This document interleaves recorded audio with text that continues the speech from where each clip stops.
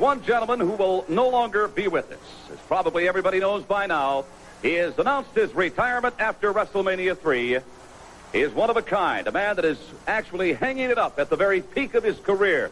Very much, if I can pay this tribute to you, like the late, great Rocky Marciano, who quit as the heavyweight champion of the world. Well, it's quite a tribute. That's going to be a nice company. I'm not pushing up daisies yet, Gene. I just made a transfer. You know, I'm the kind of guy, I guess I'm real proud of my sport. That's the first thing I want to say. For 16 years, probably kept me out of jail when I was a kid. And the WWF has done more for me than anything in the world. But I've made a decision. I'm in the peak. Of course, I'm in the peak of my career. But I'm going to Hollywood, and I'm going out, man. I'm going to give it 110%. Anytime I ever fought, I gave 110%. And sometimes you guys chucking eggs at me, and sometimes you weren't. Sometimes you're chucking roses. Didn't matter to me. I give 110% then, and I give 110% at anything I do, and that's what I'm going to do. I'm just going to give it a try, man. I'm kind of a gutsy guy. We're proud of you, Roddy. Very proud of you. Thanks. I try hard.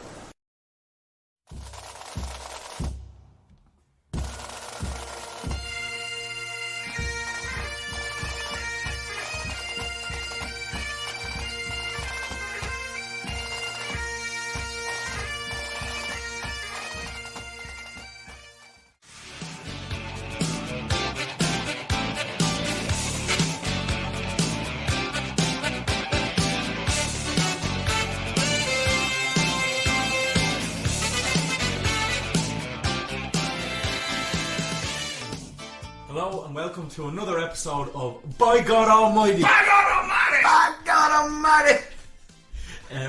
Wrestling Review Podcast. My name is Graham and I'm once again joined by Dave. Hello! And Diamond Dermot. Hell yeah! I have to say, I love how the fact, like, you know, that we all say, By God Almighty! And you take a slight pause. And then you're like, Wrestling Podcast. It's because I'm trying to compose myself. Because great, laugh. Yeah, it's very good. Ridiculous. So what's the crack anyway, lads? No crack Oh, whatsoever. really? Yeah, very, Zero very crack. good. I'm eager to chat to you guys about what I made of this fucking pay-per-view, WrestleMania 3. It's going to be Fucking good. pay-per-view is a good term for it. Yeah. It's really big. Also, pay-per-view. Graham is back on the cans because he's not on morphine not anymore. on morphine. He's had his cast removed. No morphine. So, without further ado, it's WrestleMania 3. Bigger, better, badder.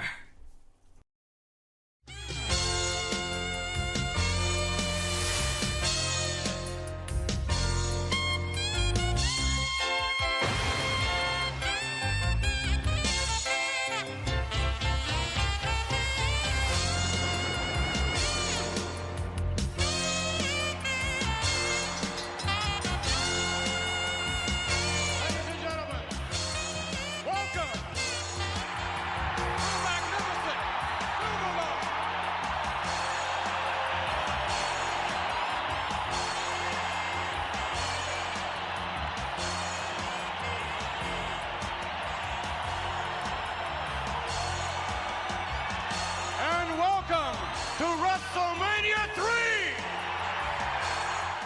March 29th, 1987 in the Pontiac Silverdome in Pontiac, Michigan, with quite an outrageous attendance of 93,173.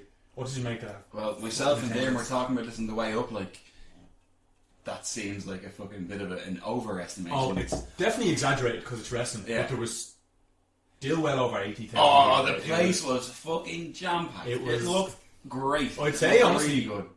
90% of the seats the show was shit from. Yeah, if you're in maybe the difficult. first Can you imagine? 15 rows and maybe some of the tiered seating, but from after that, Yeah, because it's Like, all, you wouldn't have any sort of huge, sorry to dear me, but you wouldn't have any sort of huge Titantron to keep your eyes on, like, you know. I think there was a screen, well, like it wasn't a deadly Titantron, so it was like a projector, and it only would have looked good when the sun went down, so literally for like the last two or three matches. There's not an enclosed dome though. But it's a see-through roof, Okay, so yeah, that's yeah. why when the last match it's darker and then Gotcha. Yeah, but interesting thing about that is it was that record of the Silverdome was broken 6 months later by Pope John Paul II. Yeah. Yes, by only like 500 people as well, which is just a little slow dig at the double. You know what I mean? Jesus, just that little bit better than Just a smidgen. Christianity still rules. Well, it didn't. Oh. Alright, Mordecai, calm down. Yeah, also in attendance were two future WWF World Heavyweight Champions, Rob Van Dam and Kevin Nash. No way. Yes. Excellent. Another thing that I was going to say about the massive attendance was, it's never been completely verified, but apparently Vince had the pay-per-view blocked out in the state of Michigan. Yeah. So if you're in Michigan, the only way you could watch WrestleMania 3 was by either leaving the state or going to WrestleMania 3. Any particular reason for that? Because it was in Michigan. So people would So have people to would attend have to see it. the show. Oh, I see. Of So course, it was Detroit, basically- Michigan. Yeah, of course. So we completely... So if you're there... You weren't able to watch it. You from have to your go. graph. So that's why there's half the world in that stadium. It's crazy. But anyway, it did 400,000 boys, which is 150,000 better than WrestleMania 2, which is fair enough because WrestleMania 2 is shit. Yes, and the show gets underway with Aretha Franklin singing "America the Beautiful." Gotta be honest, guys, I fucking marked out to Aretha Franklin. Did you? I think she's great. She also wasn't mad fat. I always think of Aretha Franklin. No, she did. She definitely. Did you ever see Blues Brothers? She's in Blues Brothers, and she's huge. Compared to how she is in WrestleMania 3, anyway, she's huge. That's so fair enough. But she's still great. So our commentators for the evening, main commentators, are Gorilla Monsoon and Jesse the Body Ventura. The dynamic duo. And there's some guest celebrities is TV host Mary Hart and former baseballer and broadcaster Bob Uecker, who's also a WWE Hall of Famer in the celebrity wing. But I thought these were decent for celebrities. They actually were. They were like... I thought they at least had an interest in the product. Yeah. And Yes. They tried their best. They at just go, certain points. Mary Hart really pissed me off. Like Okay. during the Bulldogs tag match when like Jessie left and she was one of the main commentators. Yeah. And she was like, "What does he have to do to get out of the ring? How does he tag out?" You just answered your own question. Yeah. Even then, like there was some faux pas like that, but it wasn't like George for fucking 15 minutes. Yeah. It was a vast improvement on the celebrities. Definitely. Yeah, definitely. Match number 1 is the team of the Can-Am Connection, Rick Martel and Tom Zenk, versus the team of Don Morocco and Bob Orton Jr. This is Martel and Zenk's pay-per-view debut, and it will be Zenk's only WF appearance. Oh, yeah? Yeah, he appeared a good few times in WCW throughout the late 80s and early to mid 90s. But never appeared in WF again. This is also Bob Orton's last appearance for 18 years. Wow. Until he until tagged he done with that, Randy. No Mercy 2005, he tagged with his son Randy in a 2-on-1 casket match against The Undertaker. Nice. So that's quite a break. Stretch, From all right. WF, Yeah, 18 pay-per-views. years. Yeah, he made a once-off appearance in '89 on a WCW pay-per-view, but like just one match, that was about it. So, Will we get into it? yeah, what did you make of this opener? I actually really enjoyed this opener. I thought it was a really good opener. I thought it was the best opener of any of the WrestleManias that we've that have gone past and that we've reviewed. Like we've watched 3 pay-per-views up until now, and I thought this one was the best by far. It was the only opener that has actually been enjoyable. Yeah, Remember, we've said it, I think, on all the episodes before. The opener generally should be explosive. a fun, quick match that just gets everybody into the mood, and you're like, yeah, this is going to be a great show, and you're really in it. And before this, they were all bags of garbage. Yeah. And then this one kind of changed the way it was.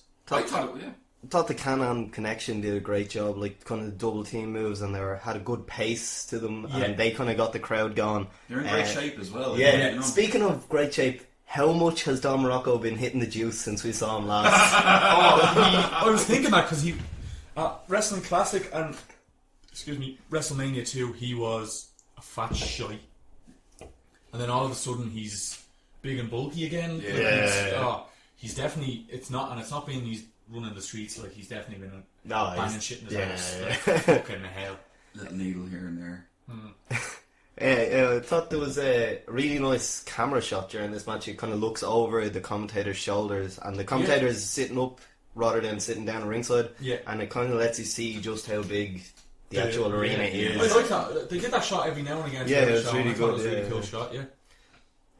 It was a grand opener. Yeah, it was a good old decent opener. Like, and there was, the kind of classic knee to the back turn around. Yeah. And it was just fucking, that's like good wrestling. It was good, yeah, and it was like Morocco and Orton are bigger than the other two lads, height-wise at least. Yeah. So it was kind of like these two big bully heels versus these two athletic faces who were, you know, good-looking lads and like and dressed in white. Yeah.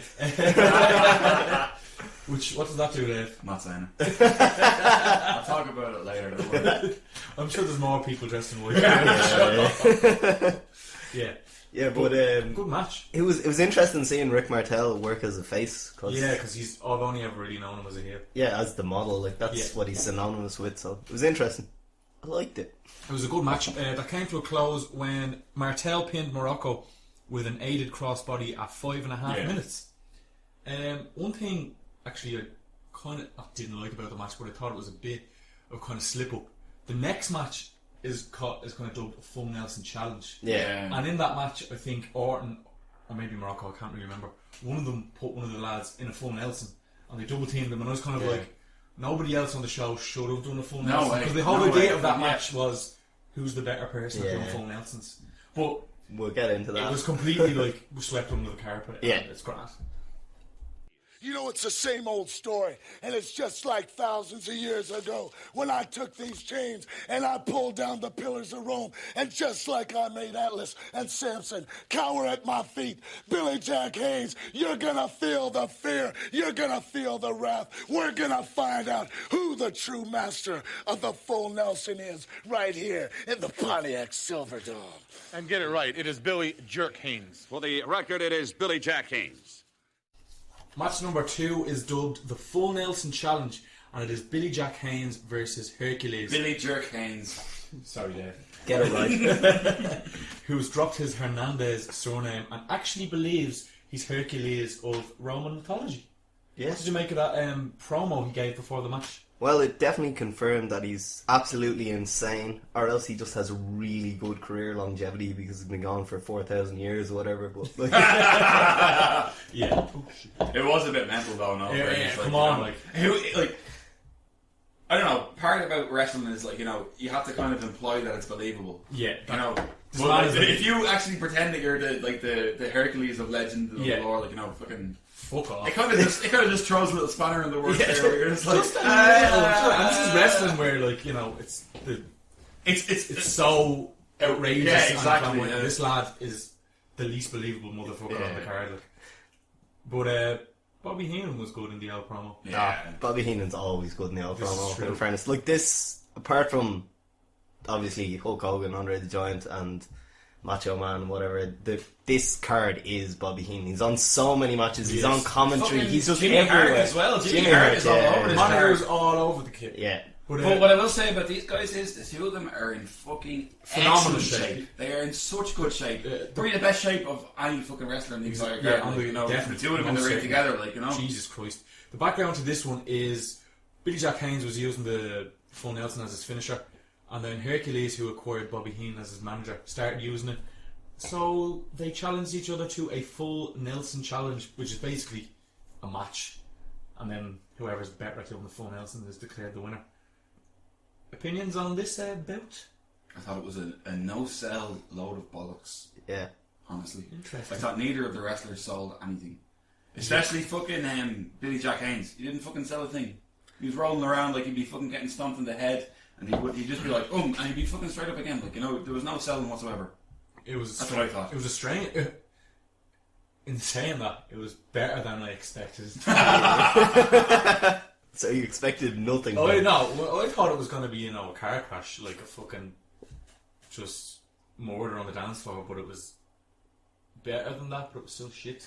It was more like, rather than a head-on collision, it was kind of like clip off the side of the car. And what annoyed me about it is that, like, it's this big Full Nelson Challenge that's been built up for the biggest show of the year, where the payoff is meant to be, and the match doesn't end in a Full Nelson. There's just a stupid countdown finish. Well, a Full Nelson on the outside, counter, whatever. But like, you need someone to win to be the master of the Full Nelson, or whatever. True, yeah. Like, what's the point of it? There were two lovely press slams in this match, though. Yeah. One from each guy, like, you know, and they were fucking really nice. The thing about this as well, right? They didn't put anybody over.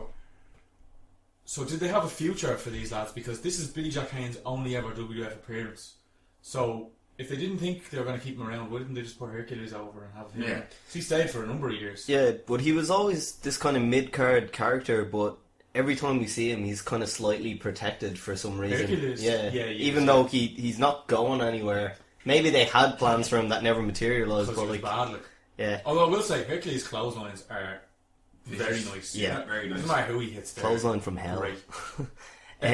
The other... Sorry, go The ahead. other great thing about this match is it's the first time we get to see those little mini rings in the entrance, the little ring cars that they come in, excellent. and the fedorettes. Yeah, the fedorettes. Yeah, the fedorettes. Like the World Wrestling Federation, fedorettes. Are you serious? Like, you know, for fuck's sake. Dressed in their fucking purple gowns. They look like those Cadbury Roses purple things. Or Quality Street purple things. We got Tastes like them as well, what? No, edit that out. So what I will say, like, I know I've been kind of speaking badly about this match, and I'll fucking testify to that, but there was a really, really nice blade job at the end of it. Yes, there was. Really unnecessary blade job. Yeah, but it was nice. Yeah, it was nice. Can I just say that, in my opinion, Billy Jack Haynes is the master of the full Nelson, because when Hercules locks it on, it looks like he's fucking washing Billy Jack's hair. It was the shittest thing. He's giving him a head massage. Is that nice? Is that nice for you? Yeah. Does he lock his fingers? That's all we need to know. No, it doesn't even matter. Get his fingers locked! It doesn't even matter about him locking his fingers. It's just like, he like puts his hands under his arms and then just rests them on his ears and he's like, there you are now. And then like, Billy Jack is selling like he's rabies, he's spitting all over himself, and it's like, that's the worst looking full Nelson I've ever seen in my life. I was so pissed off with this match. Yeah. Because of the lack of selling. Yeah. I know you were saying like he's but he wasn't selling, he was like, you know that kind of thing where the crowd clap and get behind you and you power up like the fucking... It was that sort of shit and he was spitting everywhere. But the match ended in a count out after 8 minutes on the outside. Afterwards, Hercules grabbed his chain that he ripped the Pillars of Rome down with 1,000 years ago and beat the shit out of Haynes, where Haynes would blade, like you mentioned earlier, Dave, and then put him in the full Nelson, and that was it. A shit match. Yeah, and on a card with so many matches that go like 2 or 3 minutes, I'm not really sure why this one got 8. Yeah, it was a bit much. Way too long. Far too much. The third match of the card is a 6-person tag team match, and it pits King Kong Bundy and his midget partners Little Tokyo and Lord Littlebrook against Hillbilly Jim and his midget partners Little Beaver and the Haiti Kid. Guys, can I just fucking stop you for a second? Yeah. Little Beaver. Well, yeah, because you don't want to get him confused with Big Beaver. It's a fucking great name. It's Little Beaver. It's unreal. Of all the midgets, I'm not trying to be politically incorrect, that's what they're called throughout this card, because, you know, it's 1987 and nobody gives a fuck, so that's why I'm saying that. I'm not a prick. But when you hear midget, say small people. Yes. Yeah. Small people. Midget, small people. Only Lord Littlebrook is the only one still alive, and he's a whopping 86 years old. No way. Yeah. Holy shit. So he's like 60 at this age. Yeah. Wow. They're all old. Look at Little Beaver, and his ears the size of fucking Kathmandu. Even the Haiti Kid is dead. Even the Haiti Kid is dead, my friend. Sorry, Dad. You alright, Dad? No, man. Don't cry. Oh, I can't help. My favourite thing about the Haiti Kid is that he's wearing slippers while he's wrestling. Oh, what a fucking... You know what, though? I've never really watched too much midget wrestling, but these guys look fucking great in the ring. Yeah. Kind of fucking excellent in the ring. Right? This is obviously meant to be the comedy match. Yeah. And it's better than a lot of matches on it. It's fucking deadly. It's a bit of crack. Yeah. But, one thing I will point out, why is the man who main evented WrestleMania 2 and posed a threat against Hulk Hogan now third on the card in quote-unquote comedy match? What is that about? Why is he done slick? I assume he's done something backstage, or he's got some... He must have done something. Isn't this like his last WrestleMania appearance till maybe WrestleMania. Undertaker 95? WrestleMania appearance, but he still appeared, I think he main events Survivor Series of 87 in the main heel team, Andre the Giant's team, and he might have a few more, but it's really bad. Why is he like? It's not like he's even been dropped to third and he's like beating the shit out of Coco Beware. It's he's dropped to the third match on the card and it's a midget match. Yeah. Can't explain that to you now, Graham. No. So what did you make of the match, kind of overall? It wasn't a long match, really. There's no fucking thing to make of it, really. No. I gotta be honest, I enjoyed it.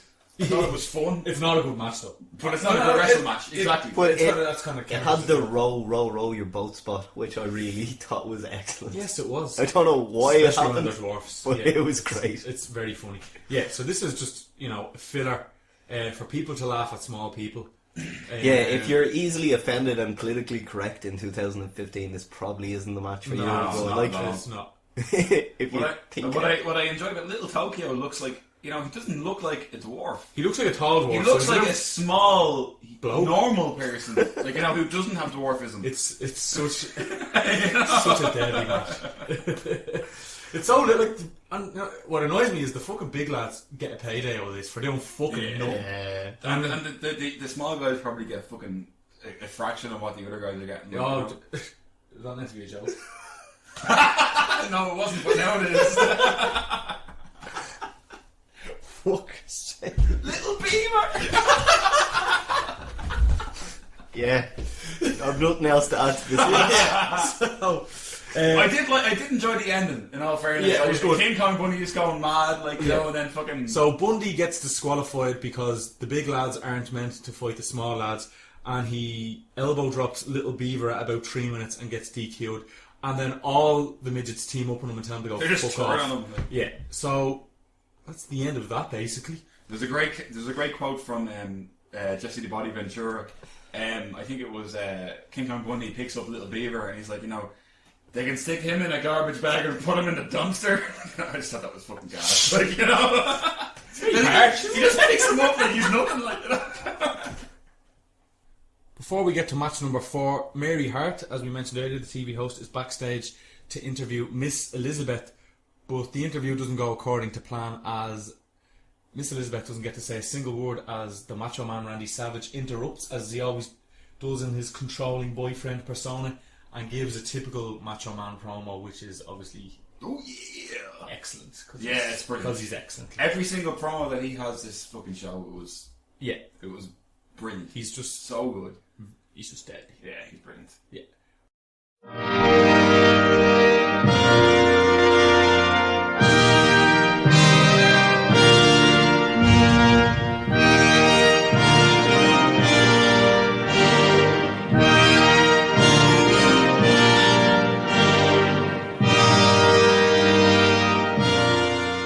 Before the next match, we get interviews with the two people in the next match, who are Harley Race and the Junkyard Dog, Dave's favourite. I will say that the Junkyard Dog has improved his promo skills. Yes, he's done a much better job. And this show is a loser must bow match. Yeah. There's actually a bit during one of Junkyard Dog's promos where he's talking about Harley Race is like I'm the king of wrestling and stuff. Junkyard Dog's like, this country never had no king. I'm pretty sure it did. At some stage, because the King of England was the King of America. I believe it was, that would be true. But also, what really pisses me off is, in the background storyline to this match, is Junkyard Dog's, what's the word I'm looking for? His motivation for this, right? It's like, Junkyard Dog is pissed off at Harley Race for calling himself the King of Wrestling. But Harley Race won the King of the Ring tournament, so I believe he has every right to call himself the King, because he won a tournament that crowned him the King. So, fuck off, Junkyard Dog. That's a stupid storyline. It's like a song. How dare you call yourself the world champion when you won that world championship match? That's exactly the premise, and that really just made me go, fuck off. Junkyard Dog seems to I know he didn't write the storyline, but every time he does something, I'm just kind of like, this chap's a retard, isn't he? He's just... He looks like a different black person with a mustache. What's that about? He looks like a completely different wrestler. Where's this motherfucker with the... I had to Google the Junkyard Dog and be like, what the fuck is this? Fabulous Moolah looks like she's in a K-hole as well. She looks like she's on so many... remember what we found out about Fabulous Moolah between now Wrestlemania 2 and now? Yeah. She basically pimped out young workers to other wrestlers and promoters. What a tramp.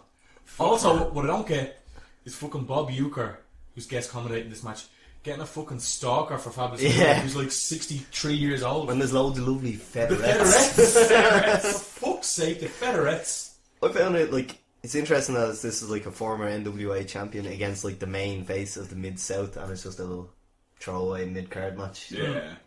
Yeah, so that's what we're calling it, a throwaway. I would call it a throwaway. It lasted. Didn't strike me. Barely 4.5 minutes, and the finish was dead in the fucking water. There was no like, it just happened, and everyone went underwhelming. Yeah, anti-climax would be it.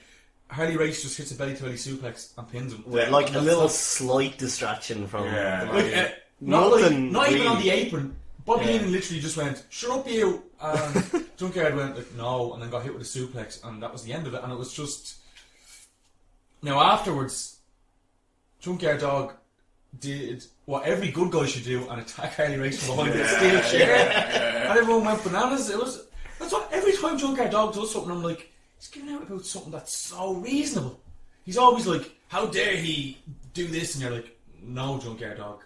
That's a really normal thing for people to do." Well, what I found interesting about this match, though, is like, this is probably the match that gets the best crowd reaction of any of the matches so far. And you have these two lads who, neither of them are in great shape. And like Vince McMahon had this big obsession where everyone needs to be in amazing bodybuilder shape. And these two lads just like kind of look like random Joe Soaps off the street. And the crowd is so much more into them than anyone else so far. The other thing is, it doesn't matter about the shape, because Harley Race beat the shit out of everybody on the card legit. He's a scary bastard.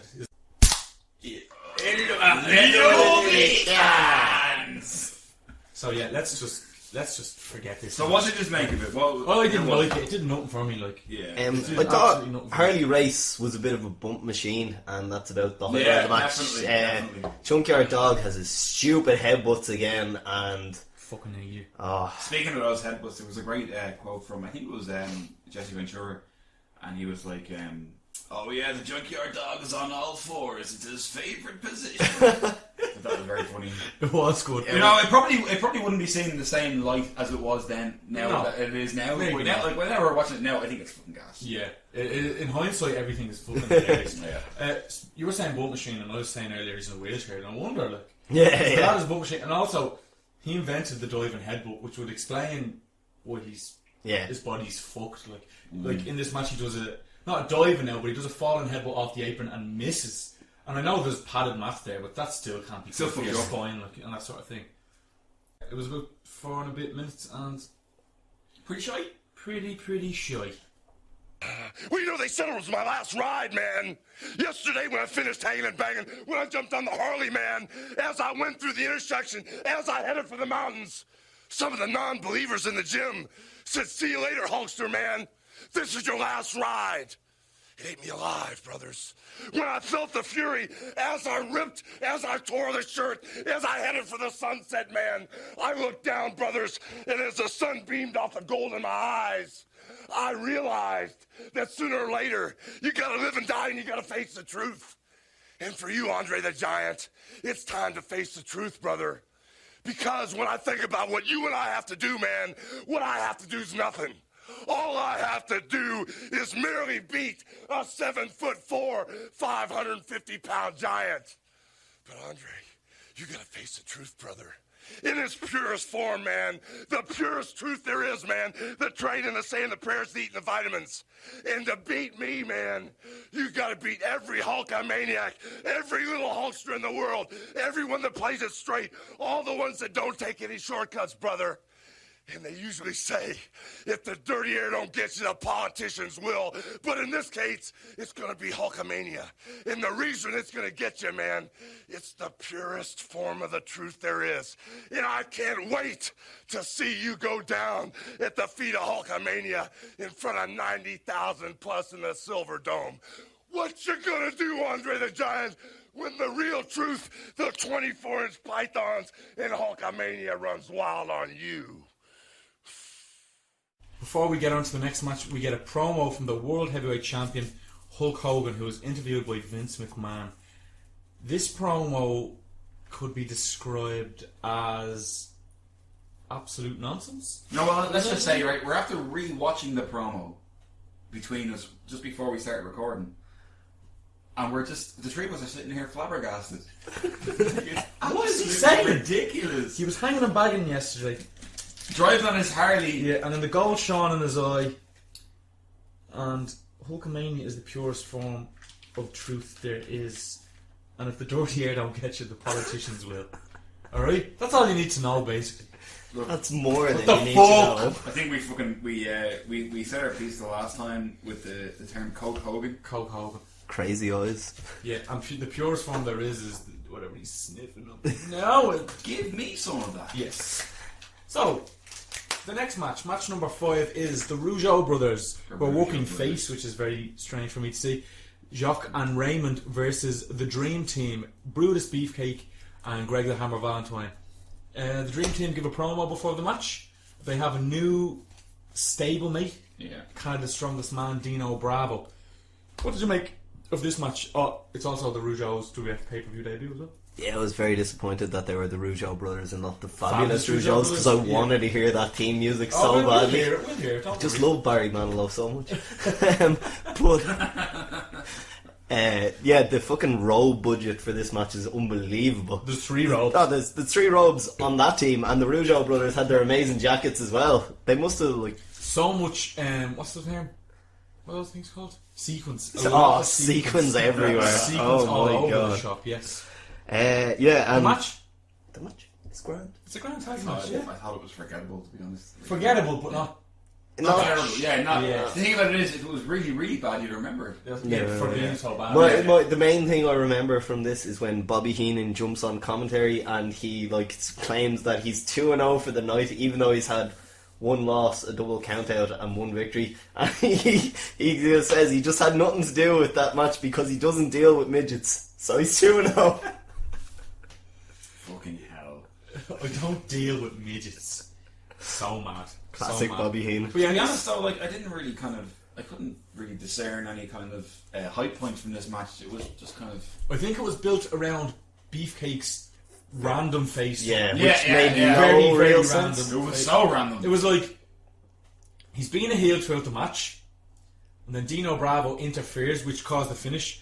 Dino Bravo interfered by attacking Jocka about 4 minutes when the ref was distracted, and Beefcake disagreed with it and didn't go back to the locker room with the rest of the Dream Team, which was very confusing because he's been a heel the whole time. It would define the rest of his career because this is the first time he was a barber.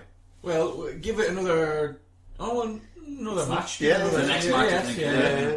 So, I don't know, it was very strange. He just has this big change of heart and decides he's not a bad guy anymore for no apparent reason. There was zero build up to this face turn. No. There was no over a long period of time the Dream Team continually cheated and he got pissed off. It was like this one instance he was like, "What are you guys doing? This is bold. I'm gonna be a Don't good like guy." it. Was, yeah. And you can see, the rest of the team are just kind of fucking leaving. They're like, yeah, fuck you. Yeah, Like, as if you're supposed to know what's going on. Instead of like, going, "Come on, Bruce." yeah, but I mean, what's going on? Stall it. So, Stall it, Bruce. very forced psychology almost, very, very forced. It was a bit strange, alright. But like I said, I maintain my viewpoint where it was a fucking very just a boring match, Yeah, It- but nothing not special. but not shit. Like Not shit. Yeah, it was just a match that happened on this card. it's almost worse than a shit match, though, isn't it? You know. Yeah, it can be At least considered. you can that fucking kind of- talk About for shit days about a shit match. Yeah. Well, when there's nothing happens in a match, it's just boring. It's just Yeah, you have a point. So maybe this was a really bad match then.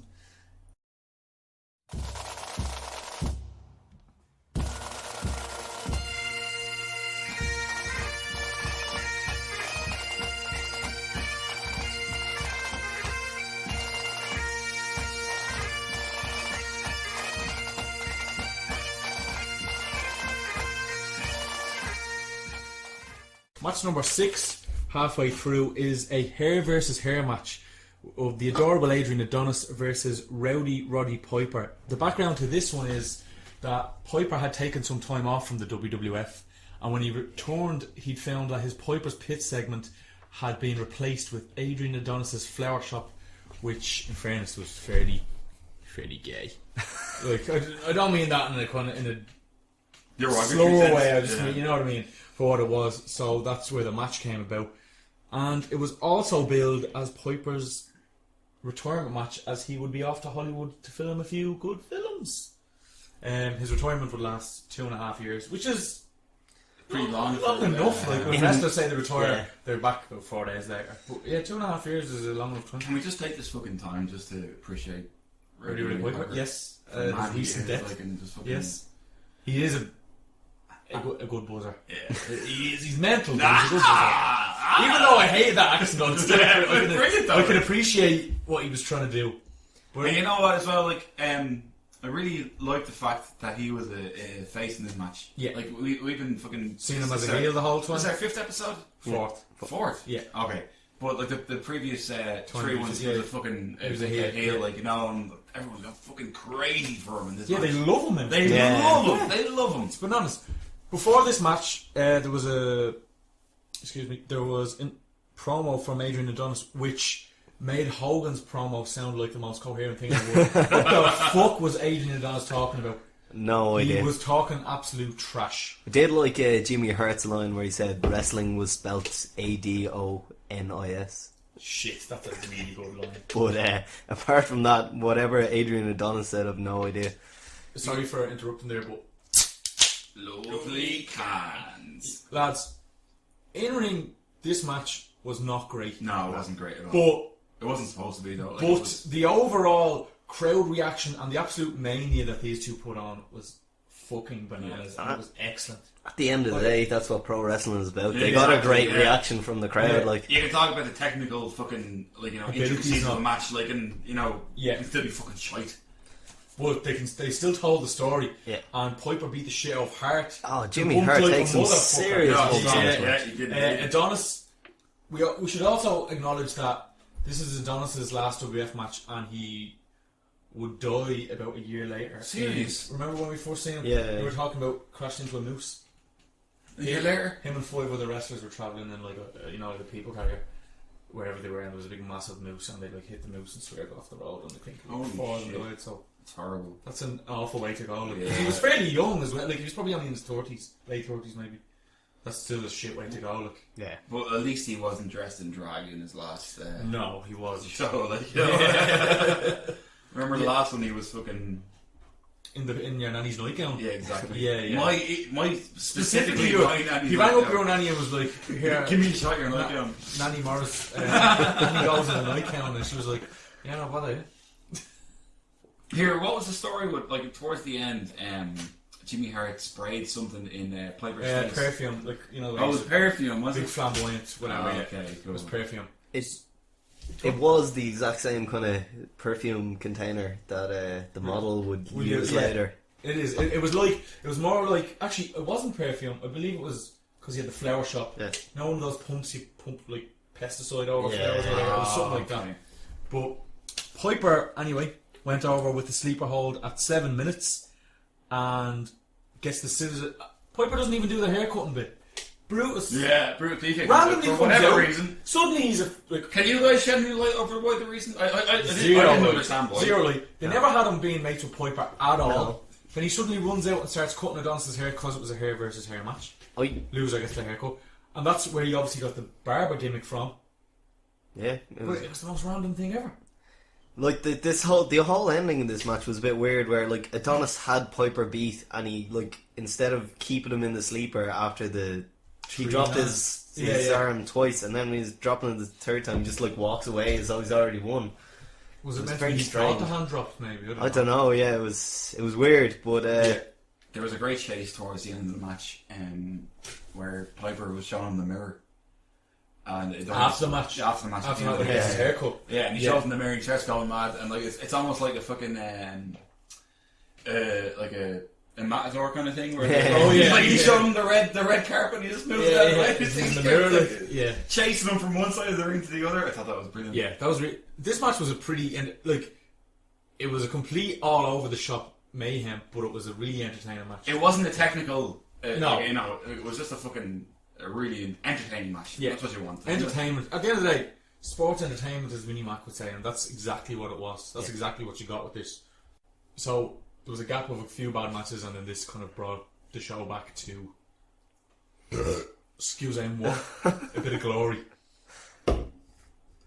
Before match number 7, ring announcer Howard Finkel announces Jesse the Body Ventura, who's come all the way down from the announcer's booth just to get in the ring and say, fuck all, do fuck all. And they basically just say, Jesse's in Predator there in the next few months with Arnold Schwarzenegger. Does nothing. Though, I hate Jesse Ventura's guts. How much time for his diamond stud in his fucking bum chin? What? I have a lot of time for that. And I have a lot of time. It's so outrageous! It's kind of an interesting tie-in between this WrestleMania and this year's WrestleMania, where there's just a completely irrelevant segment for no reason to promote an Arnold Schwarzenegger film. Oh, yes. Like Triple H's entrance this year. What was that about? Awful. Oh. He was dressed as like a medieval town there. It was... What about his snakeskin jacket? Oh, that is all. Jesse. I have to give it to him. That's an outrageous outfit. I think I'd fucking, you know what? If I could wear that to a night out, I'd be like, yeah. I'd beat you up. Throw that shit on me. You. No, you wouldn't. You wouldn't. Why not? Okay, you'd steal it on me. What do you think I was doing? I'd beat you up for wearing it. Yeah. No, I'd beat you up so I could wear it. Yeah, cool. Alright, no, I accept that. Yeah. I endorse it as well. I mean, if I could... I'd fight you for it. Yeah. It is a very good outfit, but if I could have anyone's outfit from this evening's event, I'd go for Bobby the Brain Heenan's. I'm not going to lie. His shiny white... Yeah, I like it. Fine. The red kind of velvet suit jacket. Yeah.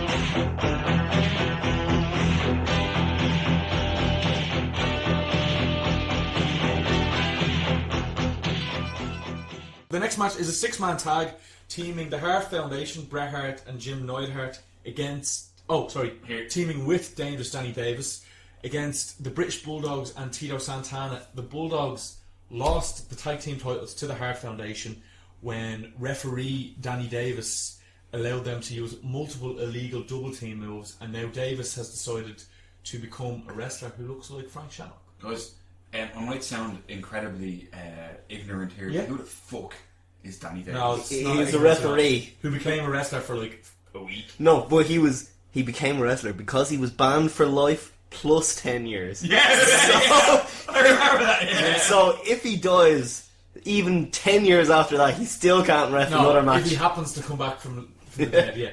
So that, even though he definitely went back to being a ref about 6 months later, because he's a shit wrestler. Yeah. He was only tagged in about 2 times, and he got like 2, stumps. Yeah. And then he was back. He was like, I gotta tag myself out here. What do you make of this match?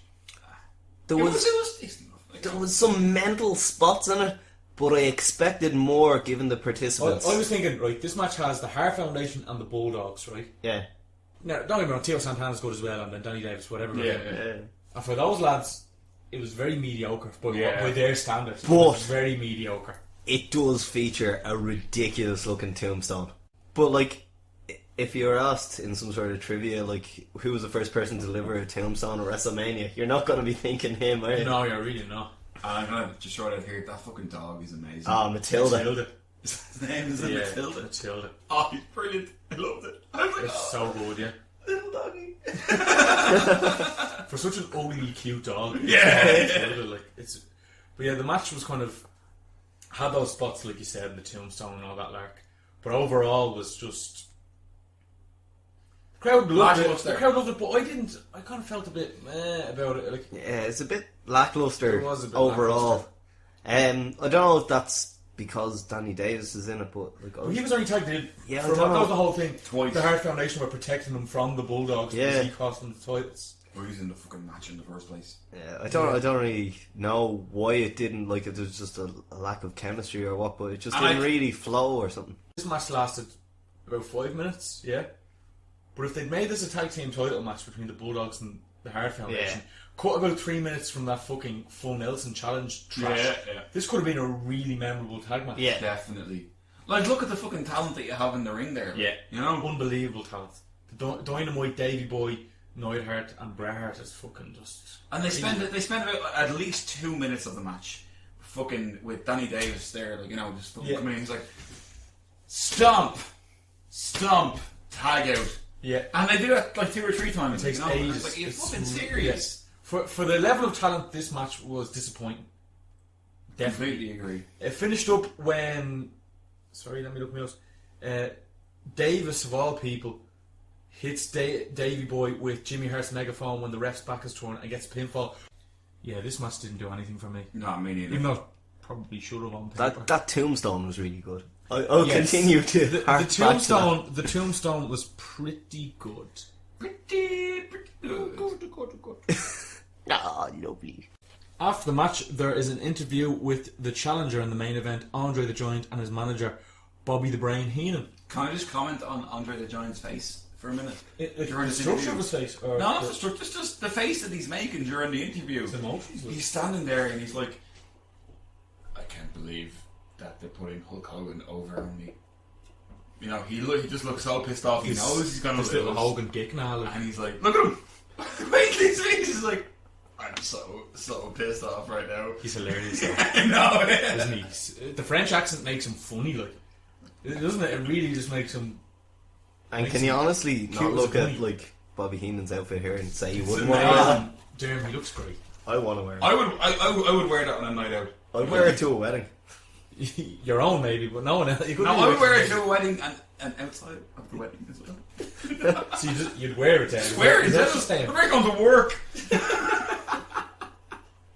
Right, so after that, like, kind of, Andre doesn't give us much, whereas Heenan spills his guts out because he's a fucking unreal mic man. This is his job as well. Is match number 8, which is Jesus Christ. The Natural Butch Reed versus Coco Beware. It is both of their debuts on WF pay-per-view, and in my opinion, is a pile of piss. It's the worst match of the night. As far as I'm concerned, yeah, it's the worst match of the night. Interesting. I will say that Butch Reed looks like a badass. He looks like a bad motherfucker. I did like Coco Beware's parrot as well. I like Frankie, yeah.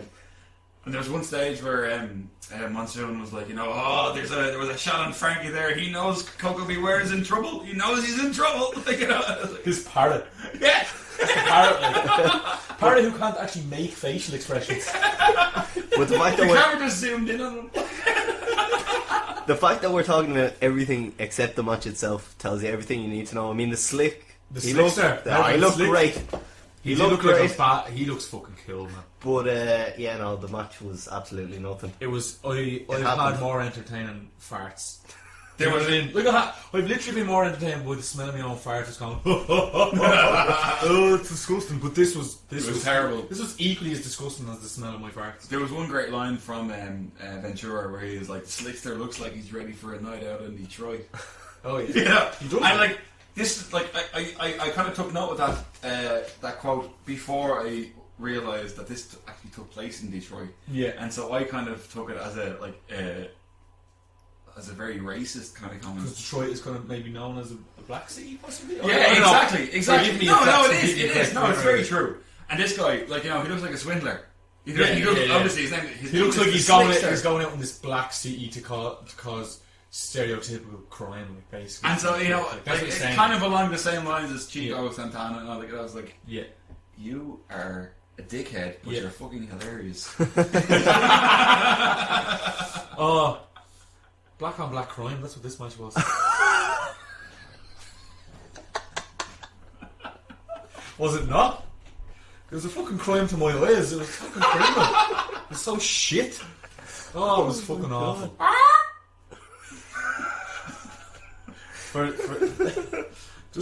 So you're in the know that was Dave's impression of Frankie the parrot. Your parrots are fucking mad sound. I didn't say parrots weren't sound. I just said, what? This parrot is sound. Frankie. He is sound, alright. Oh, this is where Ventura, he pumps his arms. He's like, pumps his arms and hogs the WrestleMania 3 t-shirt. Yeah, he's also wearing eyeliner. The little cunt. Yeah. You fucking cunt. Fucking cunt. What did you guys make of this match anyway? What do you think? I think we've kind of explained the absolute tiredness. Yeah, it was nothing. Yeah, exactly. It was just a fucking absolute. It happened. It happened. Let's all forget about it and move on to match number 9, please. Which is fucking lovely. Yeah, my Macho Man Randy Savage, Intercontinental Heavyweight Champion, was in a state of shock when Ricky the Dragon Steamboat came back, yeah. But this time, in front of the largest audience in the world, I will not only embarrass you, not only pin you with the 1, 2, 3 count, but I'm going to put you out of wrestling for good.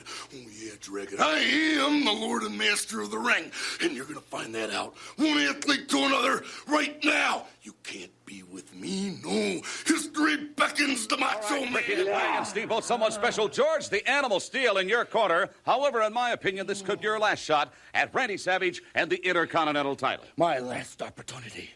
Randy Savage, the day has finally come. The minutes, the seconds, we have reached our moment. As you and I climb into the ring, we clash like two titans. But there will only be one winner. One winner, Savage.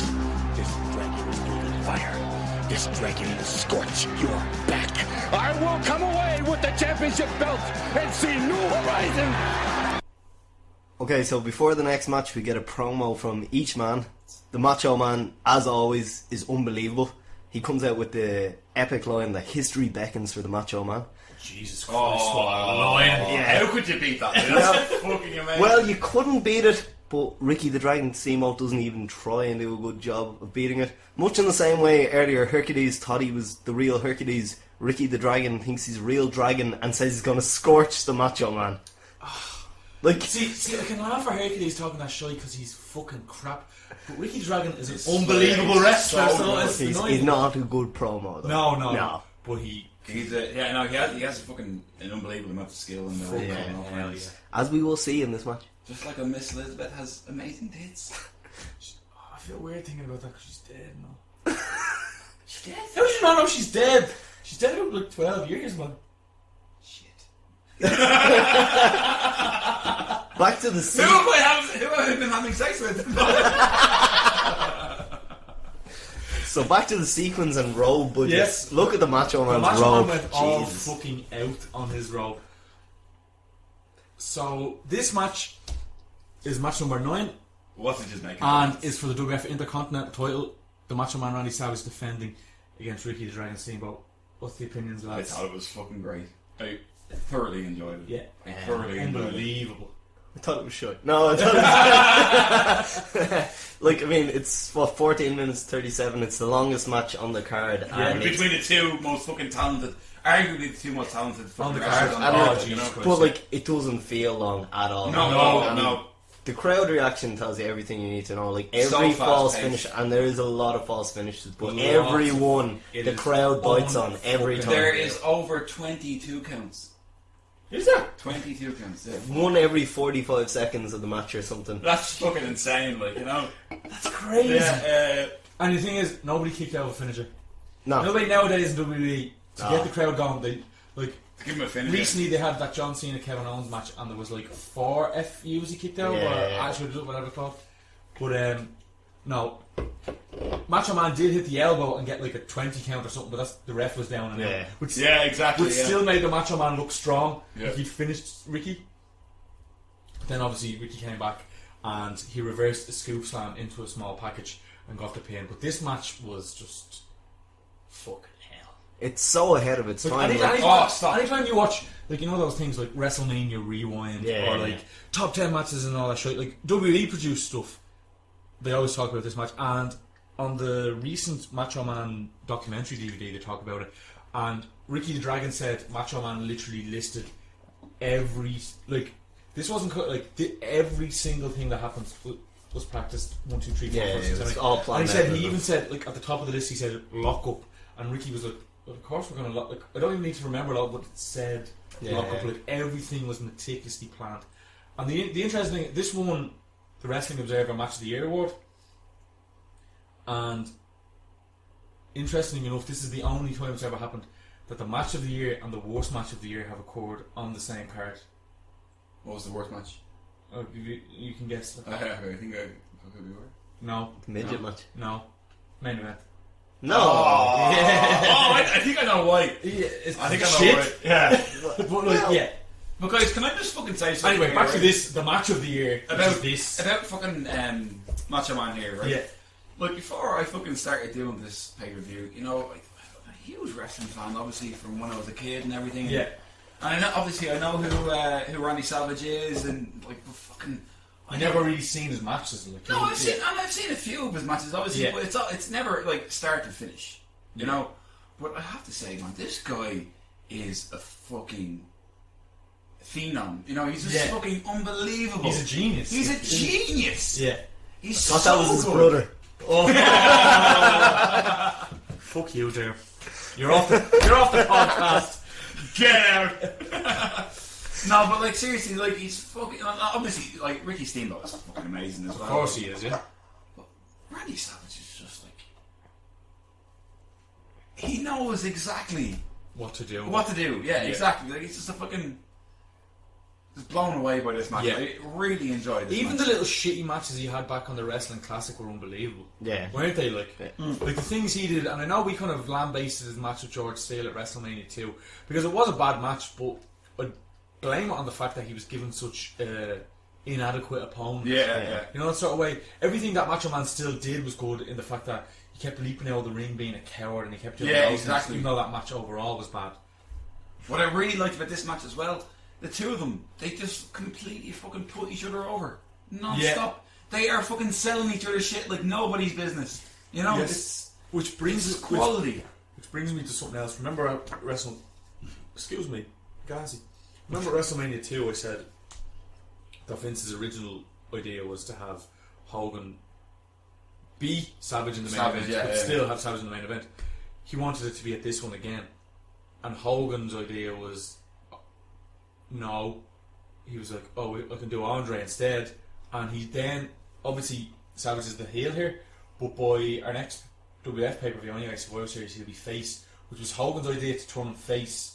So he'd be the second best face in the company, but he'd never be able to challenge Hogan for a title because he was basically too good.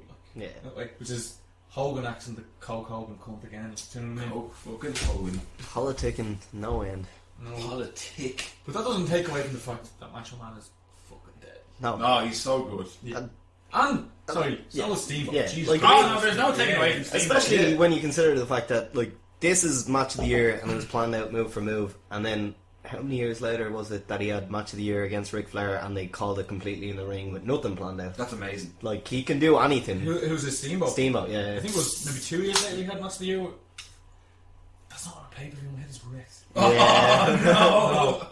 Although they do have a 5-star match on Capital Combat 89 maybe, which we will be watching around then and we have a great time watching. Yeah. But anyway, yes, this match is deadly. Steamboat is deadly. Savage is deadly. This match I know we've only watched one pay-per-view of 1987 so far, but definitely match of the fucking hell. What a match! Like it's a match that like every other match on this card, if you put it on a card now, like everyone would just think it's a joke and would just boo it because it's just ridiculous compared to like just because the style is completely different nowadays. Of course it is. But this match would still hold up today. Of course it would, yeah, because Steamboat's selling is unbelievable. Savage as a heel is unbelievable, and his selling as well when Steamboat gets the digs in. Yeah, but and you know what I actually fucking hate now. Every match has to finish with a fucking double tombstone off the fucking top rope, or an springboard attitude adjustment through a flame and barbed wire table or something. Obviously not that extreme, but my point is, it has to be something ludicrous on a pay-per-view, whereas this was a fucking roll up. Yeah. And it still was fuck, he got it. Like, you know what I mean? Everyone was like, Steamboat got the belt, he fucking pinned him. Like, that's what I really liked, was the fact he caught Savage off his guard, got the roll up, got the belt, and that's what really fucking did it for me. I thought that was deadly. The thing about it is they had entertained the crowd like fucking incredibly before that. Yeah, well, you know, and even one of the things, sorry to interrupt you there, but one of the things that fucking Randy Savage was saying during his promo was like, we're two fucking athletes. I didn't say fucking obviously, but we're two athletes going to do the thing. You know, he's talking about the two of them being athletes, and this fucking match proves the fact that the two of them are just fucking unbelievably athletic. Like the stuff that they do in this match is fucking crazy. You know, there's no question. Like the match that sold the tickets for this show is Andre and Hogan, but like, I guarantee you, if you talk to people who were there, this is the match that they'll remember. Yeah, of course it is. Yeah, most certainly. They might remember. Unless you're like 6 years old and so fucking bad. Unless if you're 6 years old and like you're a massive Hogan mark, you might remember that kind of thing. But this is what you remember, like, you know, that sort of way. Yeah. This is exactly what you remember.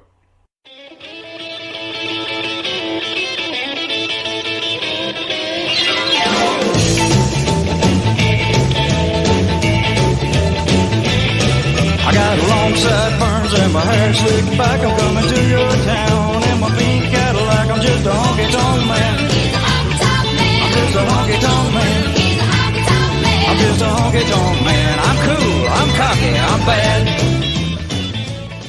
The penultimate match of the evening.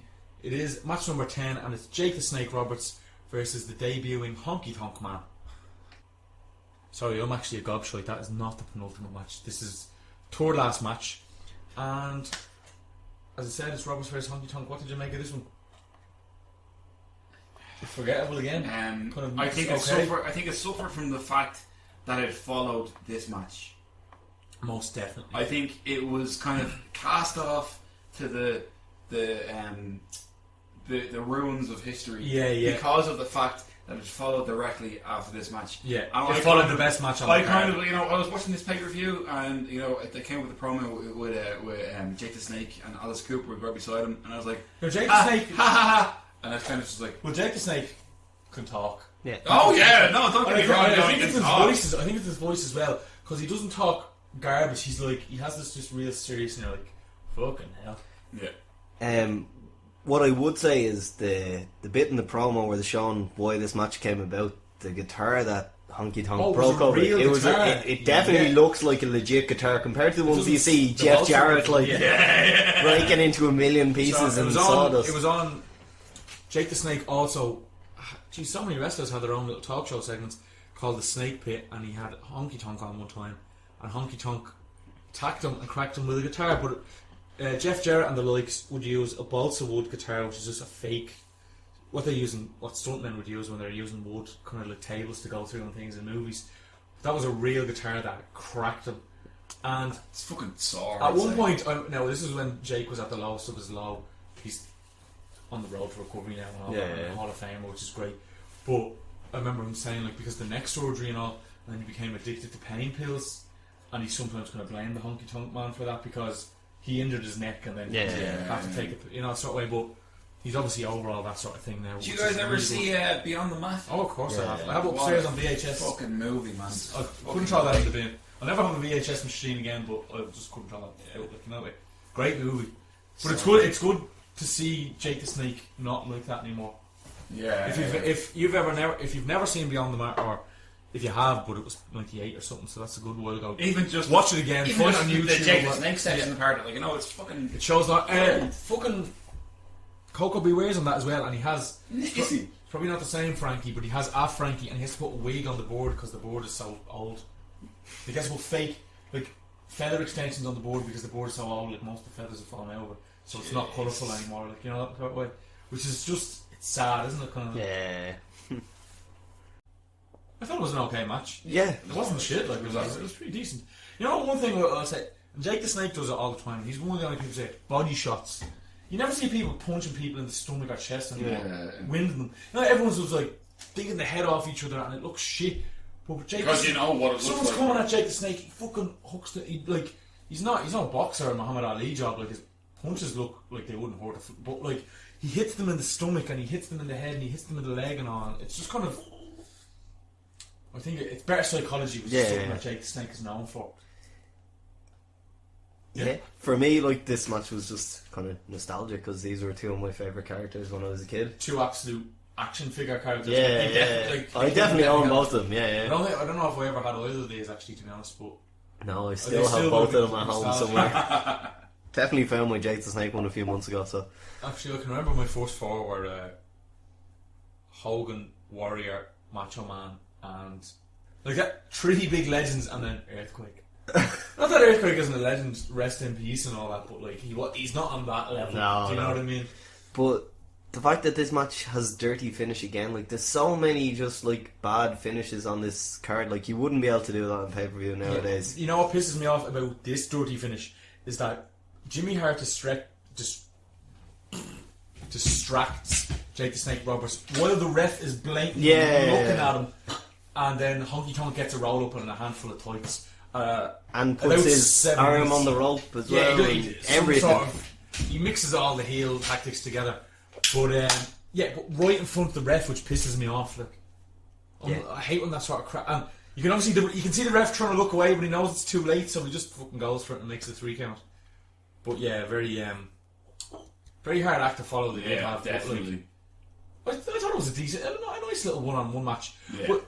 But that's kind of what you need. See, a lot of people, when you like people moan about certain matches on cards, but cards are booked in a certain way where you'll have this unreal fucking match and everybody's buzzing and on a mad one, and then you'll have this come-down match so that the main event you can have a buzz again. Yeah. Because if everything was like deadly, you'd literally be like, I'm kind of sick of all this dead. Like, not like sick of it. No, I know. But you'd be like over overwhelmed. It's like scary movies, for example. Like, you fucking take a horror movie. Exactly. You get scared out of your fucking shit by jump scares for the entire time. Or even, you know what people go? Example, that Fly episode of Breaking Bad? Yeah. And people go, don't like that episode, it's very boring. It's not, because something mad has happened, right, before that. And then this episode is slow. Character development. Building. And then you're like, shit. And then near the end you're thinking something mad is going to happen, but it doesn't. And then they get back onto the mental stuff. That's to bring you down. Because if every episode of Breaking Bad had him nearly getting caught by Hank, him nearly getting caught by Skyler, someone nearly dying, someone dying, you'd be like, hey, this is be like Lost, where they literally just pulled storylines out of that hoop. Do you know what I mean? Whereas Breaking Bad, it was... While I agree with all this, here's my counter argument, right? Okay. This is WWF psychology.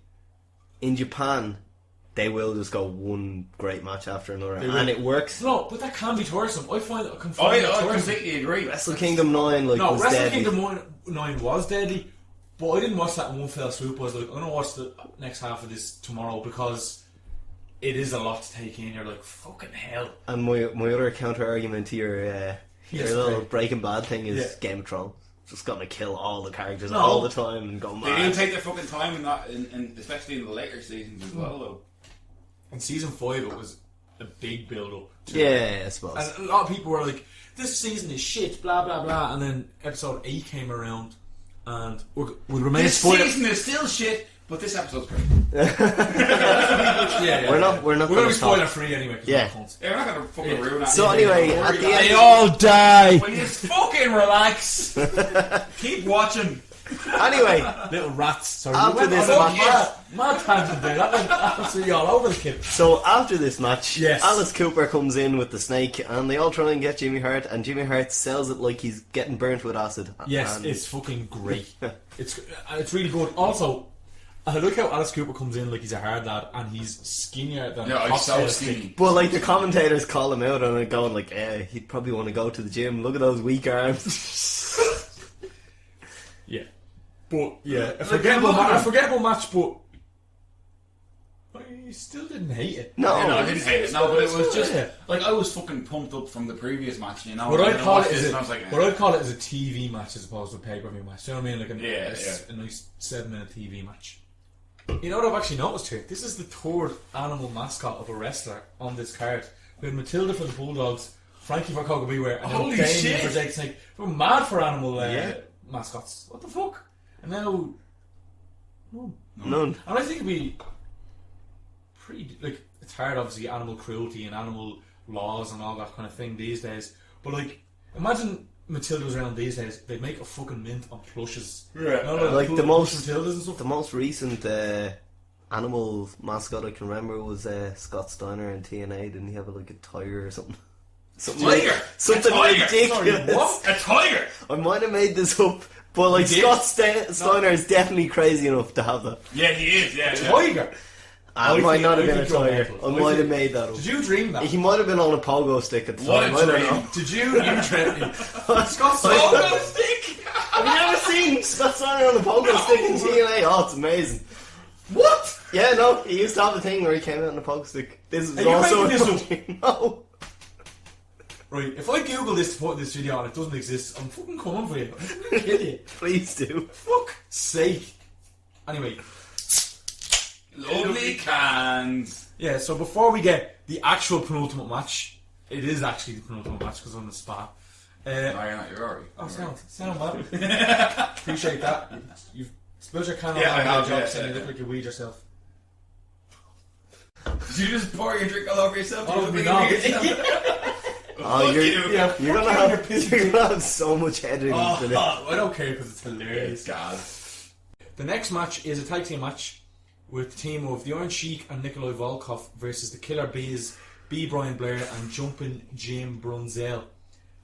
At the start of the match, Nikolai Volkov does his gimmick of singing the Soviet Union national anthem, or Russian national anthem, whatever you call it, and that fucking cunt, I hate, Hacksaw Jim Duggan comes in, interrupts him singing the Soviet national anthem, and then gets on the mic and blabbers in his most incoherent fucking shit voice.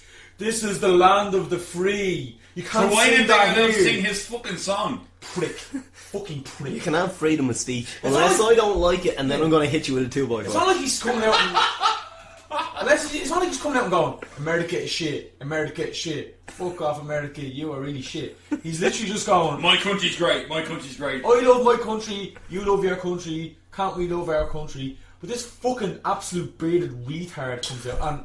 Sorry It's for no saying, fucking Rocky IV in all fairness. fucking like- hate... What I do Sorry, like, I though... hate Jim Duggan so Oh, much. stop. He's a cunt.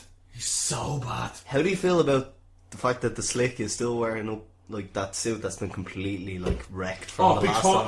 Of course. Slickster is just unbelievable. Slick. He's so slick. Yeah, so Hacksaw Jim Duggan is a piece of shit. He ruins He it. even man, had- in my he even- opinion. He ruins it. Awful. He has a little American flag taped to the top of his 2x4. Even the face and the thumbs up he does, he looks like he has... No, I don't mean to insult anybody, but he looks like he has a mental delay. Do you know what I mean? Yeah. He looks like he's not all there. Like He has youth on his side though. He looks very young in this. he looks like a pure lumberjack. The match, what did you make of it? Another fucking forgettable match in my opinion, to be honest. The Killer Bees are such a fucking underrated tag team in my opinion. Yeah. And why didn't they? Why were they not stick around for longer? I don't know. What I will say... Now, Jumpin' Jim Brunzell looks like he's 40, and he looks like he's had a lot of Botox, but they're really athletic. Yeah, Jumpin' Jim Brunzell's drop kick is one of the best drop kicks you will Fucking ever see. hell, it's unbelievable. What I also never realised before rewatching this pay-per-view is that they're wearing lovely little Nikes and like pull-up socks. They're not wearing wrestling boots. And I thought John Cena was the first person to ever wear sneakers wrestling, but no, they have lovely little black and yellow Nikes. Yeah, I think Jesse Ventura kind of alludes to it. He's like, they've got their wrestling socks on or something along those lines. They're wrestling socks. No boots. There is wrestling. You can get wrestling socks. I know, yeah. yeah. But it's still funny. So during But this what's match, the story with like Jim Duggan? Yeah. So during this match, because Slickster's in Volkov and Sheiky Baby's corner, Jim Duggan is on guard, marching up and down in a big exaggerated manner, minding for the Killer Bees. Now I thought this match was decent. The Killer Bees are pretty athletic. As we said, Brunzell has a fucking unreal drop kick, and it was decent enough. But it's obviously marred by the fucking woeful finish. Yeah. The terrible, terrible finish, which is Duggan, for whatever reason, chases Volkov around the outside of the ring.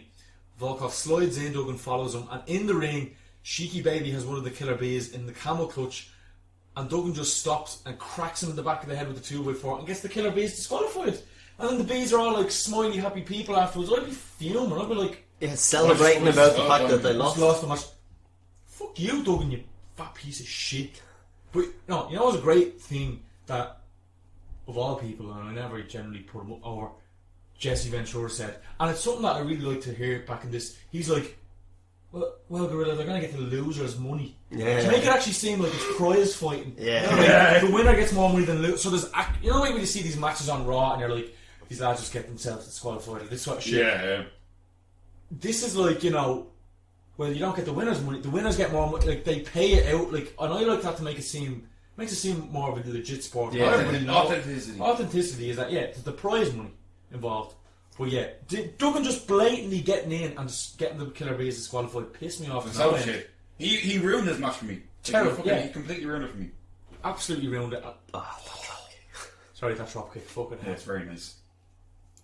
And like, I know he was booked to do that and all, but his mannerisms in doing it even pissed me off. And the way he got on the mic afterwards and goes, "If you're not going to play by the rules, then no, they're down bad." He said, like, he fucks her up so bad. But I was like, the lads haven't actually broken any rules. I know they're heelish and they might, do a few double teams, but they haven't done as much breaking the rules as cracking some lad in the head with a piece of wood. Yeah. You know what I mean? It's really bad.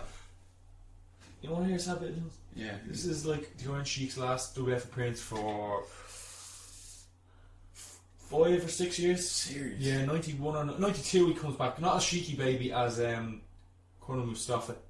We might see him maybe once or twice in WCW, but yeah, we're not going to see that madness for a good while. That's quite sad. It is quite sad. I was very happy to see Sheiky Baby and Nikolai Volkov on the same team. Volkov he's a bad wrestler, but he's still entertaining me. Yeah.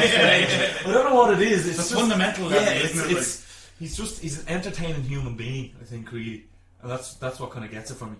But yeah, this match was kind of just ruined by Jim Duggan, but that's my main opinion. Yeah, Jim Duggan just ruined everything for this match. And then he just starts going on with a USA chant after. Why is he there? Why is he at ringside? Like, why is he there? Because he wasn't booked in the match. Dave, these are answers we will never find the answer to, but we wish we could. I'm so sorry. That doesn't satisfy me. Well, fuck you, ring Vince McMahon then you prick. Ask him. I might ring Vince McMahon, or I could ring some place that delivers food.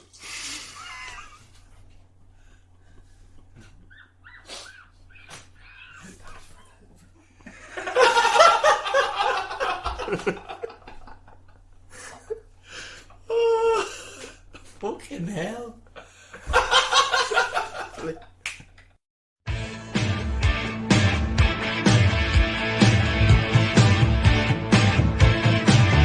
When it comes crashing down and it hurts inside,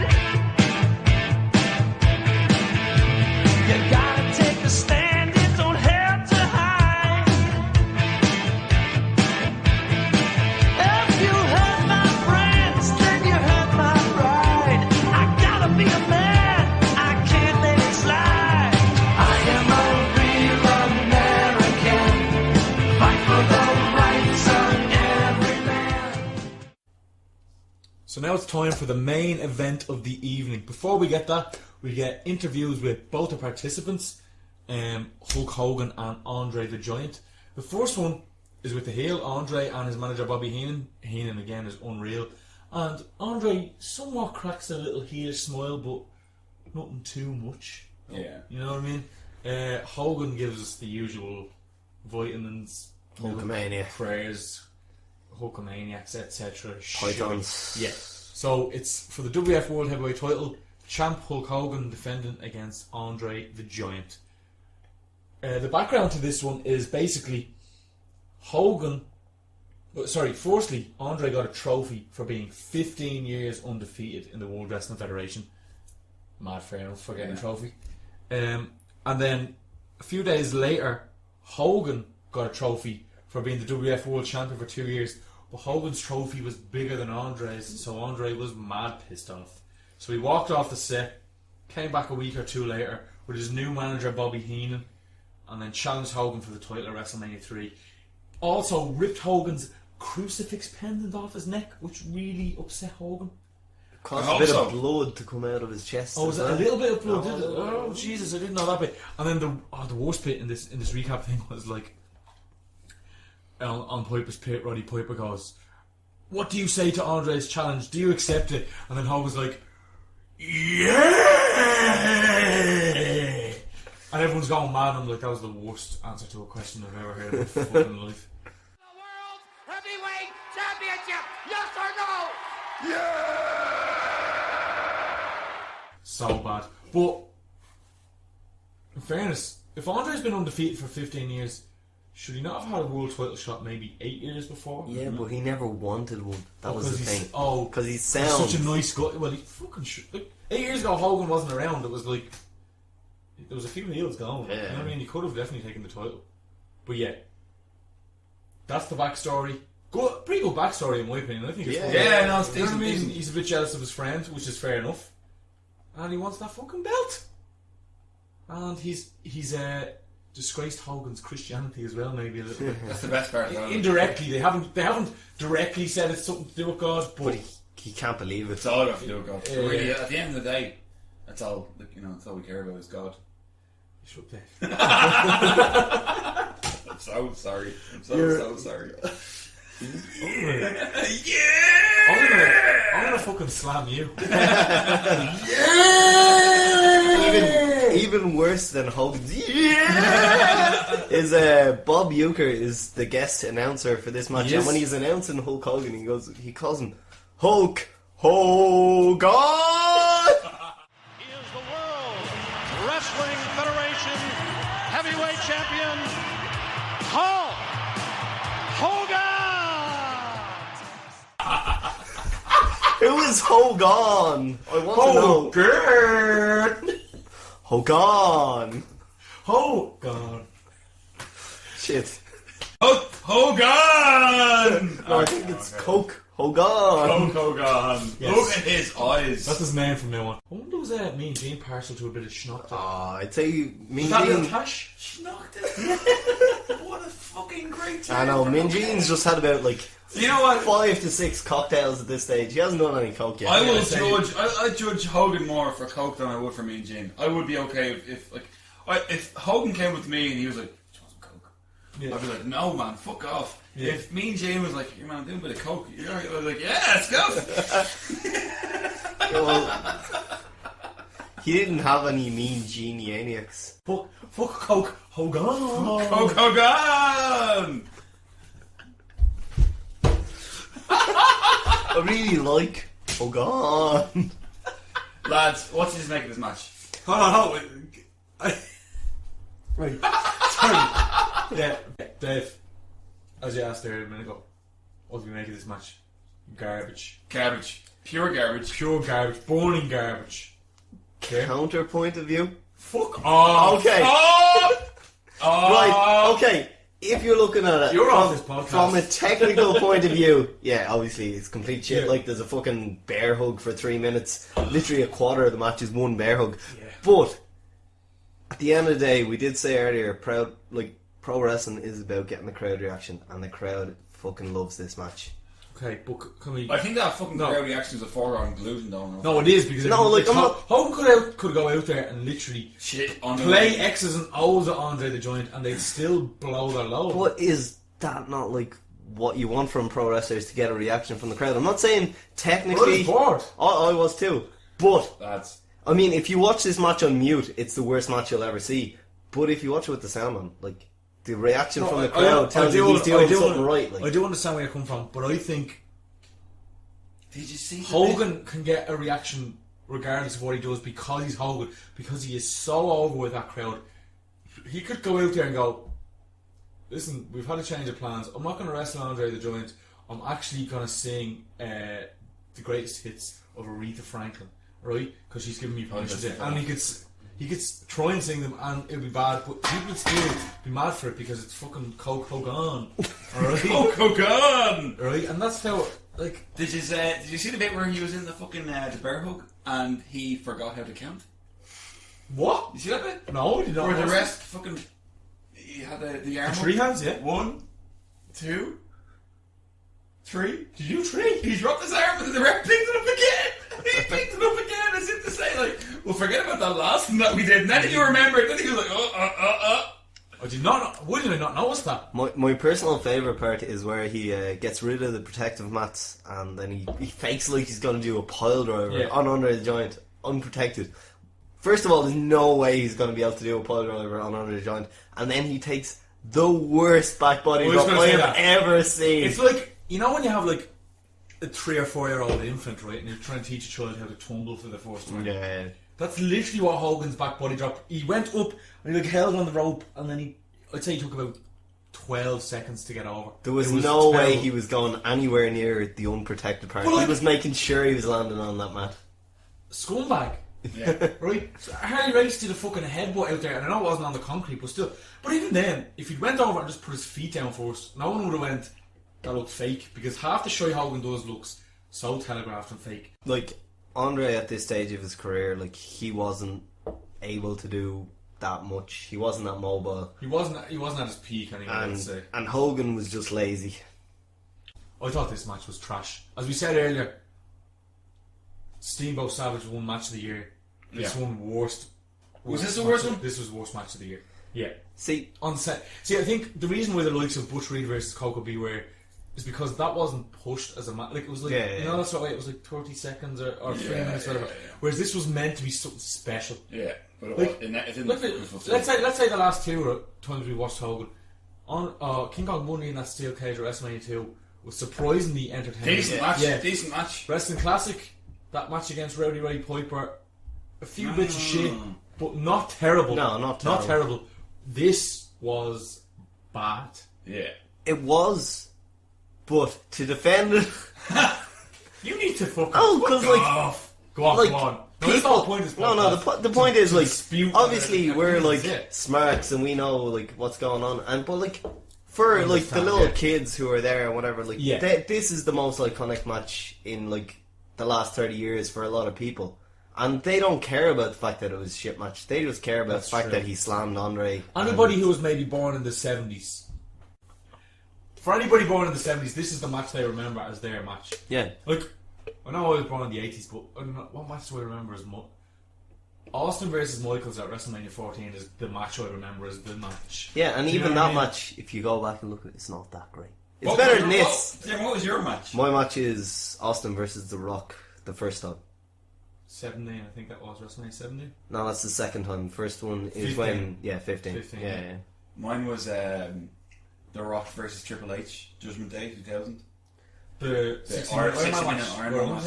Undertaker came back. So that's the thing. But also, they're roughly 10 to 12 years after we're born. Yeah. So let's say people born in the 70s. 12 years before this is their match. Yeah. Do you know what I mean? This is their match. Which I understand your argument to that point. I'm just saying, it doesn't resonate with you. This match? Yeah. Well, of course not. I would have been obviously less than a year old. But even in hindsight, I'm kind of like, shit. My point is, it is shit. And if you watch it with, like, the sound off, it's even worse. The only thing that kind of makes it halfway watchable is the atmosphere of the crowd. This match is bad. Yeah. Yeah. But I understand its historical significance in the world of wrestling. Yeah. And can we agree on that at least? I agree completely. Yeah. And, like, my basic point, all I want to say is that technically I agree, it's absolute shit. But at the end of the day, a pro wrestler's job is to get a reaction from the crowd, and they got a reaction. Yeah. And this is the match that sold the tickets for this. It can't be fucking hard to get a reaction when you're in Hulk Hogan's position. In 1987, definitely. Yeah. You know, but like... So, I think we have a kind of... stalemate. We know what we're talking about. Yeah, no, like, I'm not saying for a second that I enjoyed watching it. I know. Well, I'm just saying he did his job as he needed to do. So, Hogan makes a comeback. Hogan makes a comeback, slams Andre, hits the leg drop and gets the 1-2-3. A slam that was heard around the world. I'll have you know. Guess how many minutes it was between the final pinfall and when we cut away from Hogan posing? How many minutes? No, 7. 6. 9. He does love a good pose. Hold on, it cuts to like crowds and replays, but from the pinfall to when it just goes back to the commentators and they talk about the show and then shows stills of the rest of the show, it's 9 fucking minutes.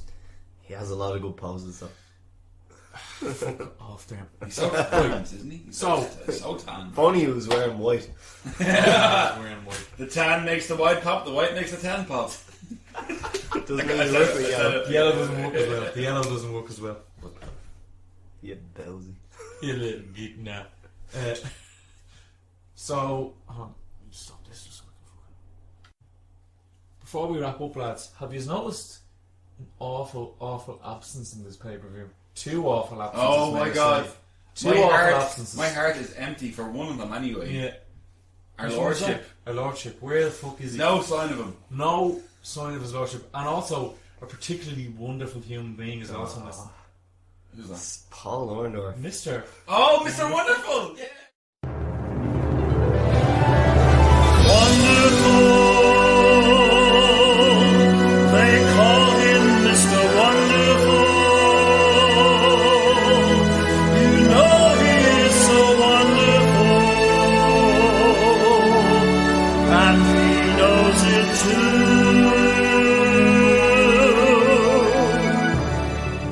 Yeah, fucking hell. Shocking. I was only thinking about that earlier on. Obviously, it didn't fucking come to me there, but like, fucking. So, overall WrestleMania 3 and best and worst match of said night. Overall, it's the best pay-per-view that we've seen so far.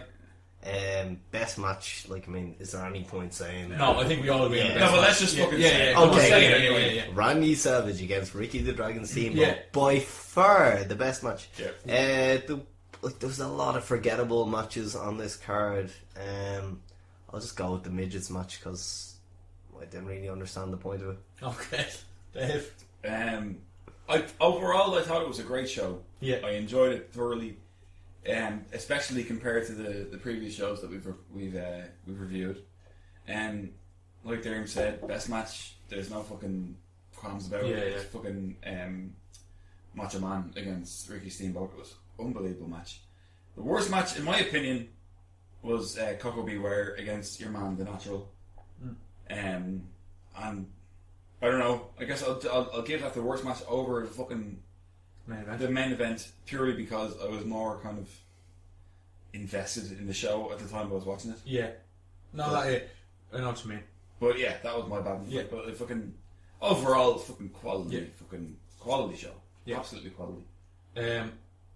Obviously, the best match is going to be the same. Yeah. Randy Savage versus Ricky Steamboat. It's just fucking ludicrous. It's just a great match. Oh, stop. Yeah. Worst, I think I'd agree with you. Natural Butch Reed versus Coco Beware. It was so bad, wasn't it? Or the pants off me. The main event is a fucking in-ring, etc. Like, actual, technically, is probably a worse match. But it goes on for like 9 minutes longer, so you can't really, you know what I mean? But how many of those minutes is this? Is a bear hug. Yeah. But even then, I can understand the crowd, etc., being into Hogan and all. Like, how many fucking, like, let's say documentaries and showcases that the WWE do, you're always going to hear that line, the Immovable Force meets the Irresistible Object. Like, that's how significant this is in the history of professional wrestling. So I can't really call it the worst, but so that's why Coco Beware versus Butch Reed, I'd say, is the worst match of the night. Overall, WrestleMania 3, I wouldn't say I watched it. A good, definitely the best pay-per-view we've reviewed. Yeah, but I'd say if you're gonna watch anything, I'd say watch Macho Man versus Ricky Steamboat. Obviously, fucking hell, and then literally watch the bit of the main event where Gorilla Monsoon says the Immovable Force meets the Irresistible Object, or the Irresistible Force meets the Immovable Object. Sorry, and then literally Hogan's comeback and the slam and the leg drop, and that's all you need. Because that... And if you're a wrestling purist, I'd add in Jim Runzel's dropkick and that tombstone. Yes. And that's it. And maybe the start of the show, so you can see the absolute scale of it. The massive humanity, as Gorilla Monsoon would say, because there's a lot of bastards there. Loads of them. Yes? Yeah. So we call that show. Yeah. Right, so that's it for WF's WrestleMania 3. Federates. Next is NWA Starrcade 87. Oh, lovely. That sounds fantastic. We will have a great time. We will have a fantastic time. Yes. Thanks for listening. Fuck off. Yeah!